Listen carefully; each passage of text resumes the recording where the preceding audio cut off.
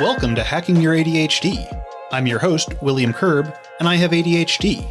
On this podcast, I dig into the tools, tactics, and best practices to help you work with your ADHD brain. Hey team, this week I'm talking with strengths-based learning expert Caitlin Meister, who's made it her life's work to bring her strengths-based, neurodiversity-affirming, joyful learning approach to other parents and educators. Caitlin is the founding director of the Greer Meister Group, a New York-based private tutoring and educational consulting practice. She attended Wesleyan University and went on to receive additional training through the Harvard Graduate School of Education and in the Orton-Gillingham approach for teaching students with language-based learning differences. In our conversation today, we discuss strength-based and neurodiversity-affirming approaches in education that foster belonging and engagement for all students. We also explore practical strategies like reframing behaviors, collaborating with teachers, and providing specific praise to support neurodiverse learners. Caitlin shares insights on embracing neurodiversity and creating flexible, inclusive learning environments where children's strengths and differences are valued. If you'd like to follow along on the show notes page, you can find that at hackingYourADHD.com/159. Before we get started, this episode is brought to you by AG1. If you're a longtime listener, you might know that I've been drinking AG1 for, 6-7 years. I know I've lost track. When I started drinking AG1 daily, and that did take a while because, ADHD makes starting any new habit difficult, but it was worth it because I started to feel a real difference in my energy levels. That's because AG1 is a foundational nutritional supplement that supports your body's universal needs like gut optimization, stress management, and immune support. Since 2010, AG1 has led the future of foundational nutrition, continuously refining their formula to create a smarter, better way to elevate your baseline health. And as I mentioned earlier, habits are harder for those of us with ADHD, which is why I love just how easy AG1 is. I just put it in some water, shake it up, and I'm good to go. AG1 is a supplement I trust to provide the support my body needs daily, and that's why they've been a partner for so long. If you want to take ownership of your health, it starts with AG1. Try AG1 and get a free 1-year supply of vitamin D3K2 and 5 free AG1 travel packs with your first purchase. Just go to drinkag1.com/ADHD. That's drinkag1.com/ADHD. Check it out. All right, keep on listening to find out how we can approach learning from a strength-based approach.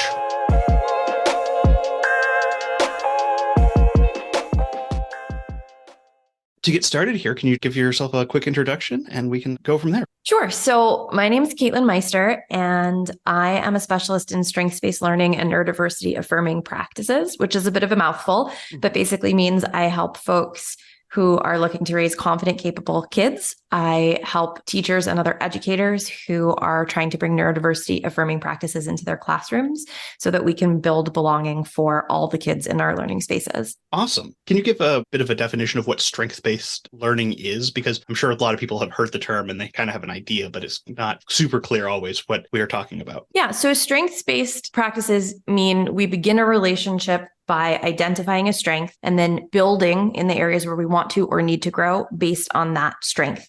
It's the opposite of a deficits-based approach where we might define the child by the ways that they are, quote unquote, failing to meet expectations, right? So sort of the simplest way to think about it is that a deficits-based approach would be me saying to a child, here are all the ways you're failing to meet expectations, and now I have to help you catch up. Whereas the strengths-based approach would be to say, look at this thing you're really strong in. I'm going to teach you how to use that strength to grow in this other area. Awesome. Yeah. Because I often find myself being like looking at ways to either help my kids or improve myself in terms of, strengths and weaknesses. And it's often like, oh, this is where I'm weak. This is where I could improve the most, but that's not usually how it turns out to be. It's usually like, if I'm good at something, I'm going to be able to get better at that thing more easily. What's really interesting is that the first pushback I usually get from folks on this strengths-based idea is, well, does that mean that we're just pretending they don't have any challenges? They don't have any areas where they need to grow in? And it's not about that at all. We're not ignoring challenges. We're not glossing over struggles. But again, like if it were just you and me talking and I were to say to you, like,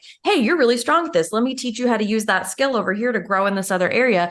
You're of course going to be more engaged in learning with me than if I say the former, right? Here's how you're failing to meet expectations. I have to help you catch up, right? So it's kind of a no-brainer when you think of it that way. But I do think folks who are unfamiliar with it do have this fear of like, well, are we just going to pretend they don't have any challenges? And it's not about that at all. Yeah. And I can definitely see how important it would be for people with ADHD to focus on this aspect, because we are so interest-based. And part of the reason that we're weak at certain things is because that's something where we're not interested. Sure. And when you look at how many times in a day, a week, a month, a year, a child with ADHD is told that they are failing to meet expectations in their learning spaces, it's heartbreaking. And then the teachers look around and go, well, we don't get why the kids are disengaged with learning, right? So the more that we can take a strengths-based approach and the more that we can build authentic belonging for all of our students, especially our neurodiverse students, then the more that we are going to see an increase in engagement in the learning, not to mention more happiness, other mental health outcomes, right? Like everybody wins here when we do this. That's what the research shows us, right? This is good for everybody. Yeah, I mean, this is one of the things that I always find funny when I'm like doing all these things to be like, oh, I'm doing these things that help my brain. But really, I feel like they would help anybody to do them. It's just extra important that I'm doing them because I will get nothing done otherwise. Well, I think we need to move away from this idea that in a classroom setting or in a learning space, that it makes sense for a teacher to present a one-size-fits-all demand when faced with 10 or 20 or 40 kids who are in all different places with their executive functioning, not to mention a host of all other skills, right? And so when you look at it that way, you're like, well, what happens if I'm an educator and I present this one-size-fits-all demand to this diverse population in front of me? Well, it's not successful, right? When I pose this to teachers and I'm doing like professional development or conferences, I hear words like chaos, right? When I say what happens, right? Chaos or disorder, things like this. And this is why. But when we start to break down the research on the way brains work, and we look at the way executive functioning skills, for example, develop, right? And then we go, well, of course, it doesn't make sense then for me to present a one-size-fits-all demand, knowing that everybody in front of me is in a different place developing those skills. And then we start to differentiate, right? And then suddenly everybody's more engaged and thriving. It's a beautiful process. Absolutely. We're talking about these like neurodiverse affirming practices. Can you tell me a little bit more about like what kind of approaches you'd be using there that are helpful for people with these brain differences? Sure. So, I mean, most of the folks listening here probably already know, but just to make sure we're all coming from the same foundation, right? Neurodiversity describes the variation in the way that people process information, right? No two people think alike. It is not a diagnosis. It is a fact of our species, and it's actually completely essential for our species to thrive, right? Absolutely. And one of the ways I like to look at this is to say, well, if we want something different one day, like a cure for cancer or a solution to climate change, why would we think that compelling everybody to conform to one way of thinking would ever get us something different out the other end, right? And when you say it that way, it's like you watch the heads explode in the room, right? Because it starts to make sense so clearly. So a lot of the work that I do is around dismantling conformity, right? Moving away in education from this idea that we're asking all of our kids to conform to one standard, whatever that standard may be, right? That doesn't really make sense anymore based on what we know about the way brains work and what our society and our culture need right now. So to be neurodiversity affirming then means to say to all of your learners, right, that I value you and I see the value in what you bring to this community. And those two things are not the same, right? And so this is a big part of building that kind of belonging for our neurodivergent learners, is saying, I value what you bring to this experience, this classroom, this workshop, this meeting, this conversation, whatever it is, even when what you bring may not be on the curriculum, right? And it may not be part of the scope and sequence that I, as the adult, had in mind for this discussion, right? This class discussion. It might not be part of what I pictured, but I can be flexible as an adult and show you that I value your lived experience and what you're going to bring to this conversation. And then the other aspect I like to talk about when we talk about what does it mean to be neurodiversity affirming is valuing each person's interests, skills, and capacity. Right? Again, even if those things are, if I'm talking to a sixth grader, even if your interests or your skills are not part of what I had in mind for sixth grade curriculum, they are still valued here. This sounds like it's different than like the old model of like learning styles. From what I understand, doesn't really work. Yeah, no, this is different because when we're talking about forms of neurodiversity or neurodivergence, right, there are a lot of neurotypes that fall under that umbrella, right? And some of them folks are very familiar with, obviously, folks listening today with ADHD. but many others that we hear more commonly, like our autistic students, dyslexia, dysgraphia, profound giftedness. So there are a lot of them that we're familiar with. It's not about, oh, am I a visual learner? Am I a kinesthetic learner? It's about the way your brain processes information, and that may be different than somebody sitting next to you. A big part of the work that we're doing is building spaces where every way that you might process this information, like we can provide it for you in a way that you can access it. Maybe that means that because of your processing speed, you're going to do better if we can give you material ahead of time so that you can preview it at your own time, at your own pace, right? Maybe that means you are not going to learn best sitting still at a desk all day long. Fine. There's no reason you have to do that. Maybe you're not going to demonstrate your focus by making eye contact with me. That's fine. There are many ways to show focus, right? So it's about holding space in our learning spaces for all the different ways that folks will show up and participate and bring value to what we're doing, and not having one standard that we're trying to get everybody to conform to. That sounds also really important, just to make it so that people aren't dreading or hating going to school. Absolutely. And this is what I'm saying when we say, like, we take a strengths-based approach and a neurodiversity-affirming approach, we see increased engagement, we see better mental health outcomes, right? When we're talking about teenagers, that's huge. So it basically fosters like increased engagement in learning and feeling part of a community, whereas the opposite will lead to disengagement, right? And that's where we go back to like looking around and going, why are they disengaged with the learning? Well, are you asking them all to conform to one standard and pretending that that standard is somehow objectively right, when most of the standards we have in education are actually subjective? Like they've been designed by a person or group of people to accomplish a certain goal, which makes them by definition subjective, but we're trying to convince the kids that this is some objective measure of their merit, right? Yeah. It doesn't make sense. I mean, I know when I was going through school, like if I couldn't tell why something was important, it was just so hard for me to like get behind doing any of the work for that class. And I'd be like, which is, I'm sure so many kids with ADHD is like, oh, you're not living up to your potential. I can kind of see why geometry is important, but it's not there for me. Right. And that's so interesting, that phrase, you're not living up to your potential, right? And that's something that I think so many of us heard, in our generation. And it speaks to me because of this idea that to be neurodiversity affirming is to say,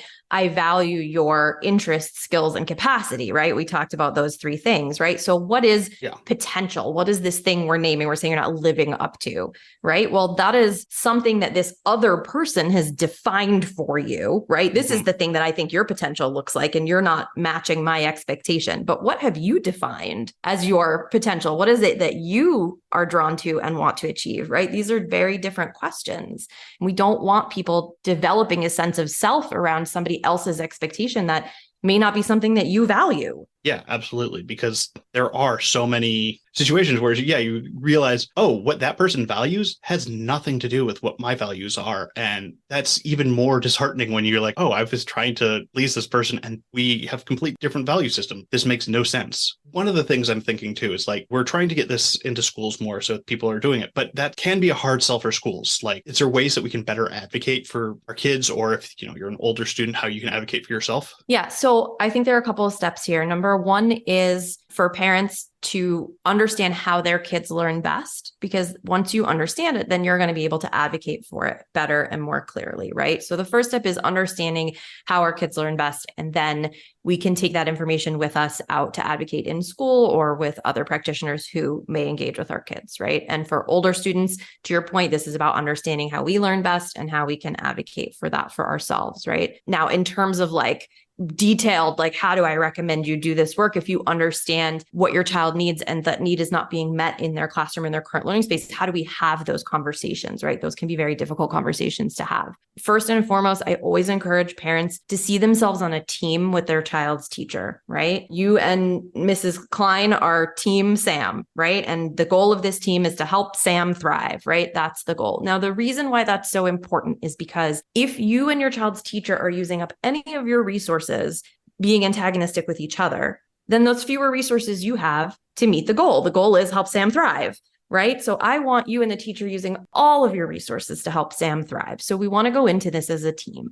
Now, part of being a team is for parents to understand that teachers have certain needs that need to be met, but there may be more than one way to meet that need. Right? That's where the flexibility lies. And for teachers to understand that for parents, the stakes can be no higher than their child's well-being. So every interaction they come to is fueled by that sense of urgency, right? That's what's underneath. The stakes can be no higher for me than my child's well-being. If we can understand those two aspects, right, on each side of this team, then we come to this with compassion, understanding, and teamwork, right? So that's sort of the foundation when I work with parents on how do I go in, how do I advocate? Now, when I say we need to understand the teacher has a need that needs to get met, but it doesn't always have to get met in one way. Here's an example. Let's talk about tests, right? What is the function of a test? The function of a test is to assess mastery of the content, right? So if we have a student who is consistently demonstrating mastery in class participation, let's say, close to 90%, in group projects, in presentations, in homework, and all of these other ways at 90%, but she's failing the tests. That's not a child who's failing tests. That's a test that's failing to serve its function, right? Because we know from all these other measurements, this child has 90% mastery, but she's failing the test, right? That test is not working. So that's what I mean. What the teacher needs is a means of assessing the child's mastery. But where there could be flexibility is maybe it's not on this kind of test because it's not actually doing what you need it to do. Yeah, absolutely. Because I do know so many people that are like, I was great in school, but I was bad at tests. And like, that's frustrating for everyone involved. I was particularly bad at like essay tests. Like I just couldn't formulate arguments at the time, like writing them down. But if you sent me home with an essay, I wouldn't be using any additional resources. I'd have the time to spend to do it. Right. What is it that you want as an educator? What is it you want to learn from that test, right? Do you want to learn only whether, in your example, you can write this essay given these exact parameters on this paper in this room at this time with this time limit on this topic, right? Is that what's important?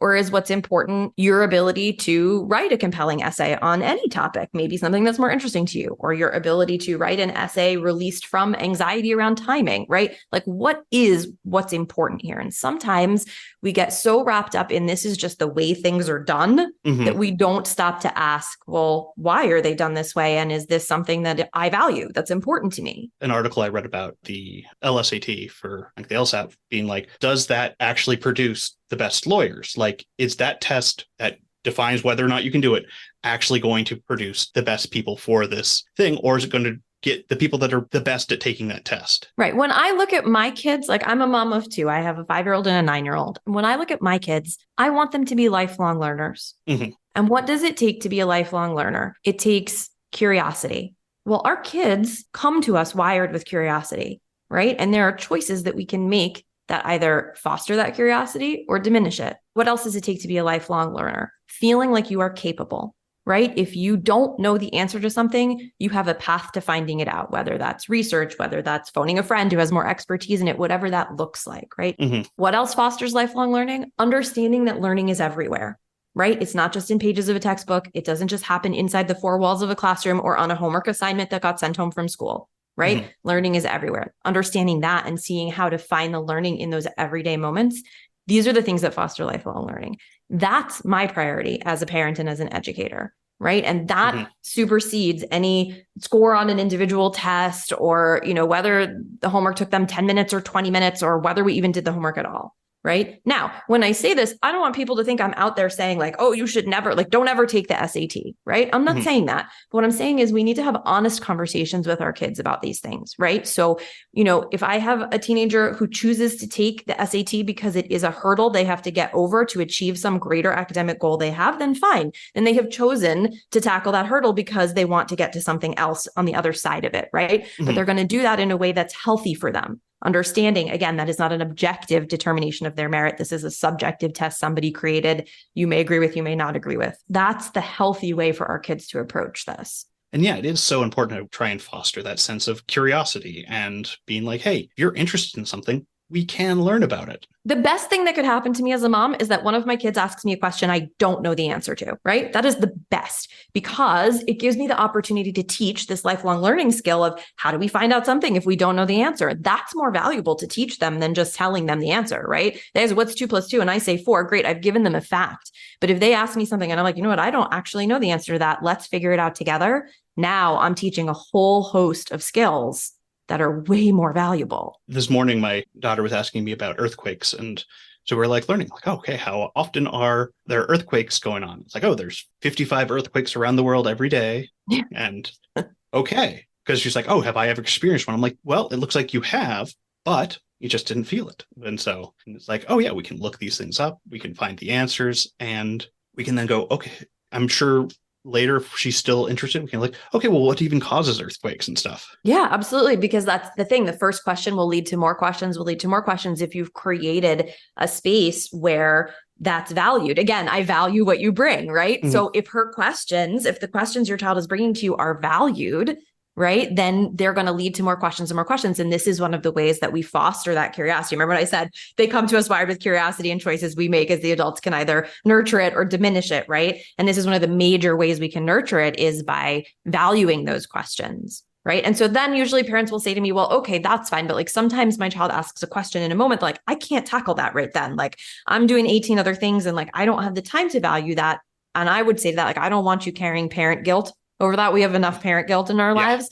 There's a way to show that you value it, even if you can't address it right in that moment, right? You can say, I love that question. And I'm actually really interested in learning about that with you at a time when I can focus on it. If I tried to do that right now, I wouldn't be able to focus on it, right? And I really value it. So let's arrange a time. Let's think, okay, tonight after dinner, we're going to have time to do that. Let's do that question then, right? Like there's always a way, even if you can't do it right in that moment, to still show that you value it. And I see a lot of other potential for this skill set to be just pushed around to other areas of our life in parenting, especially with the ideas of there is a need that needs to be met, but it doesn't have to be one specific way of doing it. Absolutely. Because there are so many places with my kids where I'm like, would like you to just do this thing. But if the way I'm asking you to do it isn't working, so maybe we need to find a different way to try and make it happen, you know? Absolutely. And oftentimes what we can also do is adjust our expectation in the sense of like, so here's the example I give of this. Like, well, what would happen if your child went to school in his pajamas? And then we like pause and we go, oh, wait,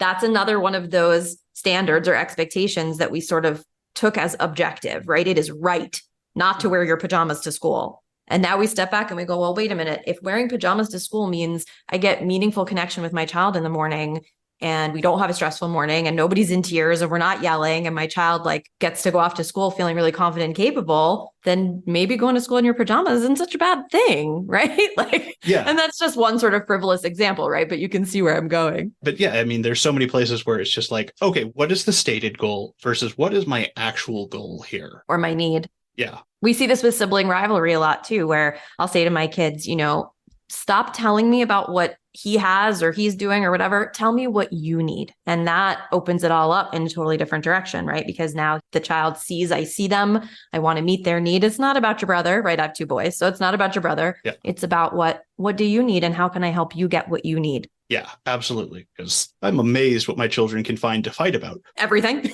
Yeah.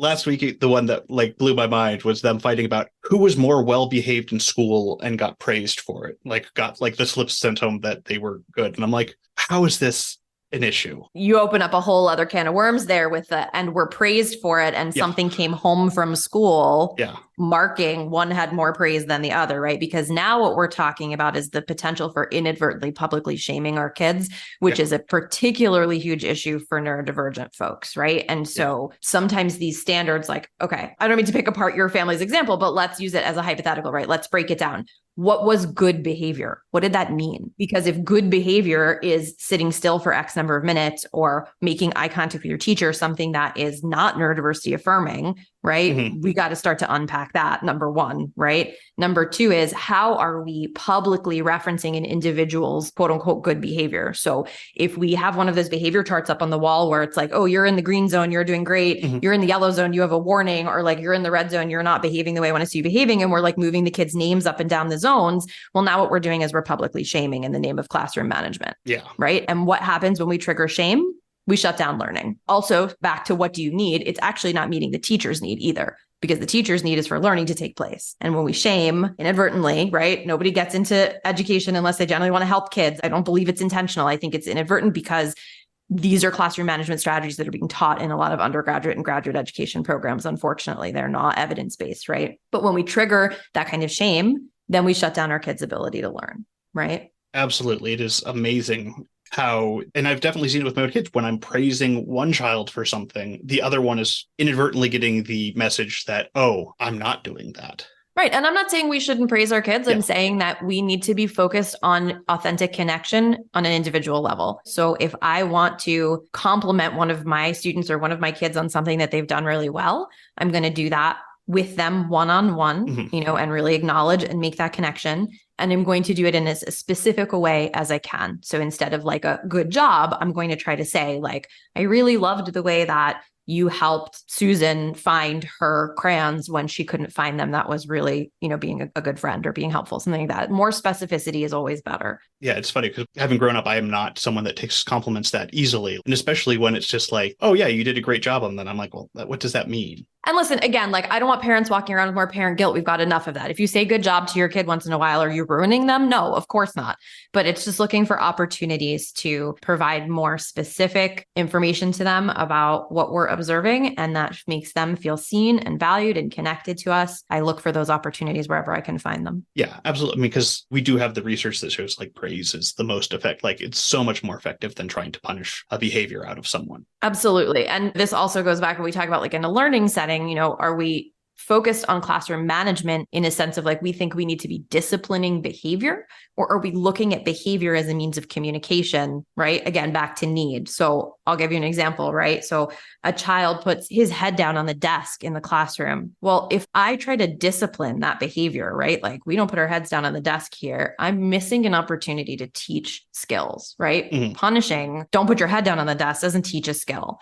But if I look at that head down on the desk as communication, as a child, it's like a clue, right? Okay, he is struggling to meet the expectation of this moment. So he's communicating something to me. He is missing some skills. He needs to be successful here. Like, what are those skills? Once I can figure that out, I can teach skills. I think it was Mona Delahook who said, like, I don't want to manage behavior. I want to understand it, right? And I think that's really powerful as a reframe as parents. And when you asked me earlier about how do we advocate in school settings, that's something we can advocate for, that framing, right? I want to understand this behavior. Yeah. So often when I like see my kids having a hard time, it's usually if I like step back, I'm like, okay, it's either, they're tired and they need a nap.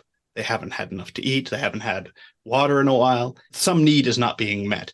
It could also be I was engaged in doing something for a while and they need attention. Right. Or they don't have a certain skill that they need to be successful with the thing that they're trying to do. And we can teach that skill, right? So we see this with frustration tolerance a lot, right? Where they get really frustrated. They can't tolerate not being able to succeed at something, but they're missing a skill. They need to succeed at it. Well, can we teach them how to do that thing? Not to do the frustrating thing for them, but teach them the skill that will allow them then to do the thing for themselves. I think that that's really, really huge. Also building that skill of being, oh yeah, I can be frustrated, but I don't have to stop what I'm doing when I'm frustrated. No, I don't have to give up on it because again, back to lifelong learning, I know what to do when I don't know the answer, right? Or I know what to do when I don't know how to do something. How do I access what I need? Yeah, absolutely. Like being like, oh, I'm really frustrated with this. Maybe this is a sign that I need to ask for help from someone else because I can't figure it out. So this comes up all the time where we hear kids labeled, or frankly, even adults labeled as unmotivated. And this comes up so often for folks with ADHD too, right? Like, oh, they're just not motivated. Well, I can't teach be motivated, right? And I can't solve a problem if I don't know what it is. So labels like unmotivated or disrespectful or whatever these labels are going to be, right? They don't point us to the problem. In a sense, they cover up the problem. Oh, well, he's just not motivated. But in reality, often what looks like unmotivated to somebody is really an executive functioning challenge, right? I've got something in front of me that's overwhelming and I don't know how to get started. But if we can break it down into smaller pieces, small enough that the first one really feels accessible and actionable, well, now I can get started. Suddenly I don't look unmotivated anymore. But in that example, I didn't teach be motivated. I taught the executive functioning skill of how to break down a big overwhelming project. Right? Absolutely. Those labels, they're lots of trouble because they totally cover up what it is we could actually be doing to help the person, right? Yeah, that is something I come back to so many times is being like, what's a better label? Having ADHD or being lazy? Which one can I do something about? Are you familiar with the folks who are pushing for the acronym VAST instead of ADHD? I need a reminder. Yeah, so I think it stands for Variable Attention Stimulus Trait. And the idea is that if you have this trait, the way that your attention responds to different stimulation differs from somebody who doesn't have this trait, right? And so it's removing, deficit and disorder from the title because so often our definitions of what are deficits and disorders are culturally responsive. Yeah. Right? Meaning, again, like some people in our culture decided that doesn't fit the dominant narrative of what is typical or what is the norm. And it doesn't mean we have to agree with that. Again, like, does that align with our values, right? Yeah. One of the things that's funny to think about too is even with the terms of like neurodiversity, it's like, what makes this the diverse trait? It's just because we're not in the majority of, I've heard the term like neuromajority versus neurominority being used to be like, hey, yeah, there is a dominant neuro trait. And I mean, that's not necessarily better or worse. It's just the most common one. Also, what do we want and what do we value, right? Like, I don't want everybody to think the same way. Yeah. Right. I understand that what is best for my species, for my society, for my family, for my learning environment, like pick how big or small a community you want to talk about, right? What is best is to have this natural variation. Again, to my point about like, do we want a solution for climate change? Do we want a cure for cancer, right? Like, I don't want everybody to conform to one way of thinking. It's not healthy for any of our communities, big or small. Yeah, there's so many ways that having any kind of diversity in a group just improves the overall thinking, because we tend to think in similar ways if we have a similar brain and similar upbringing. Yep. And the other thing is like, what is the framing here? Are we looking at forms of neurodiversity as something that's broken that we have to fix? Or are we looking at it as a difference that we value because we value what that way of processing information brings to our conversation, right? Or to our community? Now, you can guess which one of those teams I'm on, right? Mm-hmm. But this is the shift that people like me are pushing for now, particularly in learning spaces in schools, right? Is I don't want educators out there looking at forms of neurodivergence as something that is broken and that needs fixing. Yeah. Right. That we have to move away from that model. Yeah. I was really pleased when I was looking through stuff for what's in my school district is the high capacity program, which is what they're using like for gifted kids up here.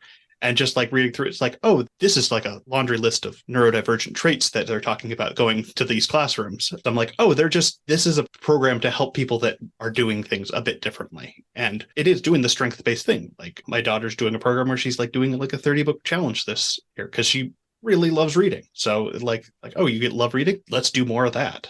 You know, it's interesting that you bring up giftedness. So my older son is profoundly gifted, and that in and of itself is a form of neurodiversity, right? The way he processes information is different than a lot of people. Often what ends up happening is we conflate the idea of being gifted with the idea of being a high achiever in our culture. It starts to happen a lot because a lot of our school gifted and talented programs are actually high achiever programs, right? It sounds like you all are in a better setup than that, which I'm really grateful to hear, but it is what often happens. And so we conflate these ideas that gifted is high achieving when it isn't necessarily, it can be. And that often what we see with our gifted kids is what's called asynchronous development, where they may be advanced in one area and on par with their age same peers or even behind in another area, right? So when we start to dig down into the nuance of what it means to be gifted and how that can manifest, it's a lot more complex than your surface level, like, oh, we have a gifted and talented track and you take this test to get in, can make it seem, right? And then when you layer in another form of neurodivergence, so now we have our kids, what people would call twice exceptional, right? So we're gifted and we have ADHD, or we're gifted and we're autistic, or gifted and dyslexic, whatever it may be, right? The needs of our twice exceptional learners then are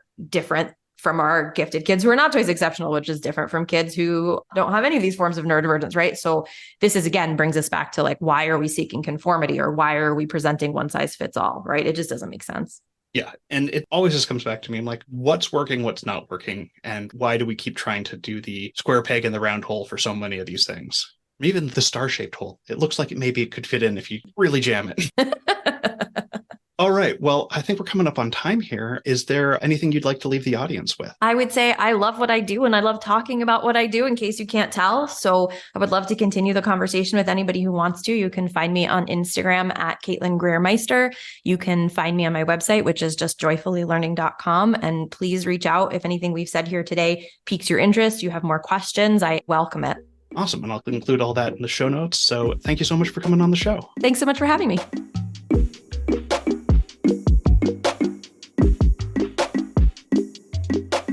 Thanks to Caitlin for coming on the show, and thank you for sticking with us all the way to the end.